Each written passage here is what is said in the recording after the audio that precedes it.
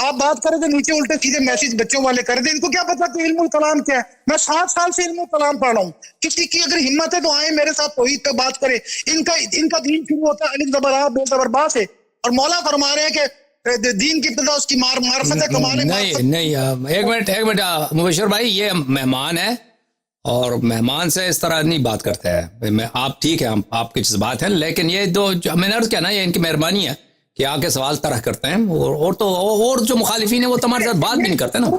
وہ ایک شخص آیا آپ بات کرنے کے لیے, آپ اس کو بتاب کر رہے ہیں. میں کہہ رہا ہوں اپنے علماء سے سوال کریں نا کہ سیوں کے 12 امام ہم سیوں نے مار دیے ہیں. سارے پوری تاریخ مقدوس ہوگی ہماری, اپنے علماء سے بھی تو سوال کریں نا. اور یہ مطلب مناظرے کتنے ہیں. اصول حدیث ان کا آج تک معین نہیں ہو سکا ہے. آج تک ان کا اصول حدیث معین نہیں ہو رہا ہے. اس پہ آگے کر رہے ہیں. آج تک ان کی جگہ و تعدیل پہ کام ہو رہا ہے, وہ کہیں پر فائنل نہیں ہو رہی. میرا کہنے کا مقصد یہ ہے ماں سے بھی تو بات کریں نا کہ یار یہ سب کیوں نے گڑ لیا ہے. سب کچھ جناب سیدہ شہید ہو رہی ہے, اپنے پاک کو شہید کیا جا رہا ہے, مولا علی کو شہید کیا جا رہا ہے, امام حسن کو شہید کیا جا رہا ہے, اپنے نانا کے حجرے میں نہیں جگہ دی جا رہی, جبکہ جناب سیدہ 5 مہینے بلکہ 4 مہینوں کے بعد شہید ہوئی. ان کو اپنے والد کے حجرے میں جگہ نہیں, اپنی والد کے ساتھ جگہ نہیں دینے کی. صحیح فرمانا ہے یا علی, دوسروں کو بھی وہ نوبت دیں, دوسروں کو بھی نوبت دیں. بہت مہربانی آپ کی مبشر صاحب, بہت مہربانی. سلامت رہیں, عزت سے رہیں, بہت مہربانی. جناب علی بھائی, جناب دیکھیں کالر جو بھی کہیں, میں آپ کو شکر گزار کہ آپ تشریف لاتے ہیں, سوال طرح کرتے ہیں, اور میں آپ سے ڈیمانڈ نہیں کرتا کہ آپ کسی سوال کے جواب دے دیں, اور میرے یہ بھی توقع نہیں ہے کیونکہ آپ عالم دین نہیں, اور آپ اس حیثیت سے نہیں آئے ہیں کہ آپ ہم آپ سے سوال کریں, آپ جواب دیں. تو اگر کالرز آپ کے ساتھ وہ کچھ کڑوی بات کرتے ہیں تو اس کا مطلب یہ ہے کہ وہ آپ کے علماء سے ان کو گلا ہے, نہ کہ شخصاً آپ کی پرسن سے. سمجھ میں آ رہی ہے بات آپ؟